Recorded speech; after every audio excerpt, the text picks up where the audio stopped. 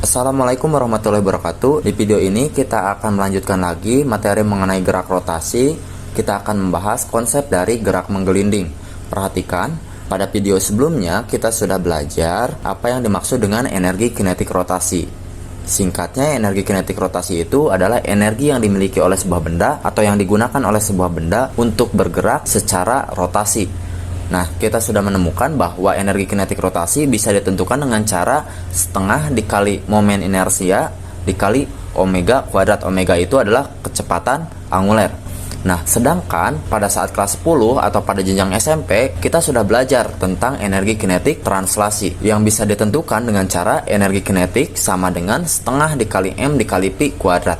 Perhatikan di sini, kedua-duanya merupakan energi kinetik atau energi yang digunakan oleh benda untuk bergerak. Jika kita perhatikan, bentuk persamaan dari energi kinetik rotasi dengan bentuk persamaan dari energi kinetik translasi itu sama. Yang membedakan di sini adalah pada energi kinetik rotasi terdapat setengah dikali I dikali omega kuadrat. I ini, ingat lagi, I merupakan momen inersia yang merupakan karakteristik benda yang menunjukkan kemalasan suatu benda untuk mengubah gerakan rotasinya atau momen inersianya.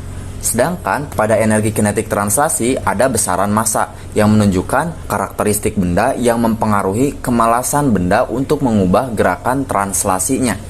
Ya, jadi jika di energi kinetik rotasi ada momen inersia, jika di energi kinetik translasi ada massa inersia.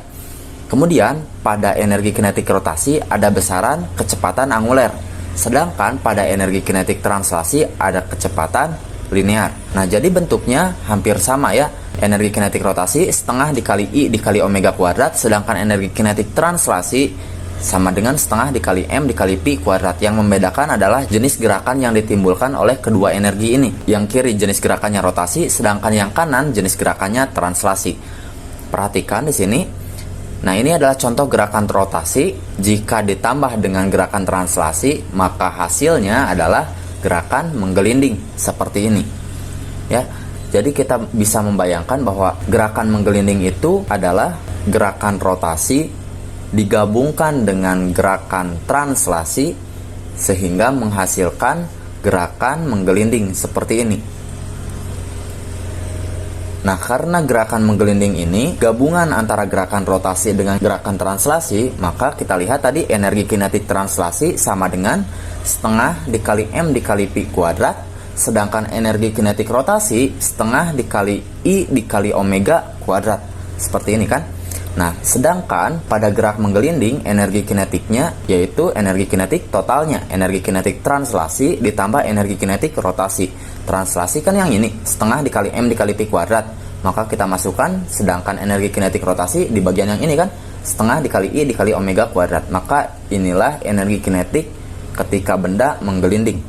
Energi kinetik totalnya sama dengan energi kinetik translasi ditambah energi kinetik rotasi. Setengah dikali M dikali Pi kuadrat ini adalah energi kinetik translasi ditambah setengah dikali I dikali omega kuadrat ini adalah energi kinetik rotasi.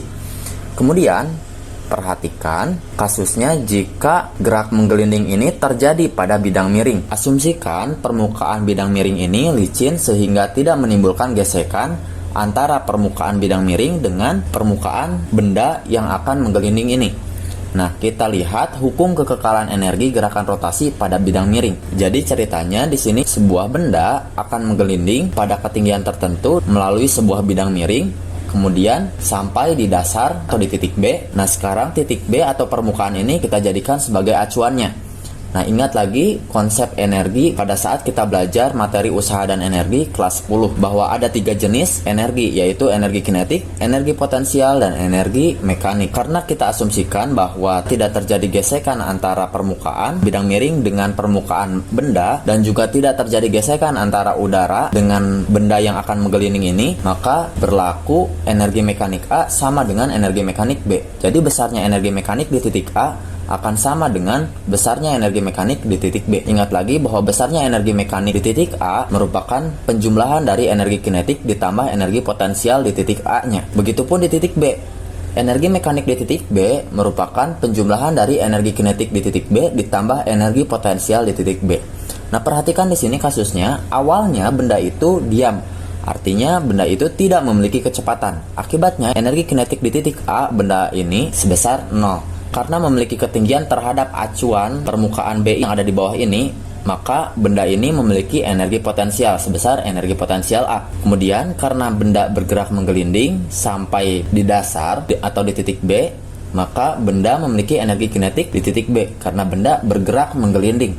Sedangkan di dasar, ingat lagi karena yang dijadikan acuan permukaannya itu garis yang ada di bawah ini, maka benda tidak memiliki energi potensial di titik B karena tidak ada ketinggian antara benda dengan posisi acuannya. Di sini yang dijadikan acuannya adalah permukaan di titik B. Nah, ingat lagi bahwa energi potensial itu bisa kita tentukan dengan cara M dikali G dikali H.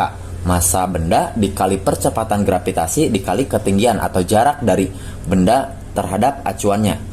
Kemudian, energi kinetik B, energi gerak yang dimiliki oleh benda ketika berada pada titik B. Ingat lagi, gerakannya itu gerakan menggelinding. Akibatnya, energi kinetik yang digunakan adalah energi kinetik benda ketika menggelinding. Hasilnya seperti ini. Maka inilah yang terjadi ketika benda menggelinding pada bidang miring yang licin, yang gesekan antar permukaannya diabaikan dan gesekan antara udara dengan benda diabaikan. Maka berlaku hukum kekekalan energinya seperti ini. M dikali G dikali H sama dengan setengah dikali M dikali Pi kuadrat ditambah setengah dikali I dikali Omega kuadrat. Atau energi potensial sama dengan energi kinetik translasi ditambah energi kinetik rotasi. Maknanya seperti ini, perhatikan. Di posisi A, benda memiliki energi potensial sebesar M dikali G dikali H. Nah, karena benda ini akan bergerak ke bawah, besarnya energi potensial yang tadi diubah menjadi dua jenis energi, yaitu energi kinetik translasi dan sebagian energi potensial yang lain diubah menjadi energi kinetik rotasi. Sehingga terjadi gerak menggelinding benda pada bidang miring di titik A sampai ke titik B. Jadi itulah hukum kekekalan energi gerakan rotasi pada bidang miring. Sampai di sini untuk pembahasan gerak menggelinding, kita lanjutkan lagi pada pembahasan video selanjutnya. Terima kasih atas perhatiannya. Wassalamualaikum warahmatullahi wabarakatuh.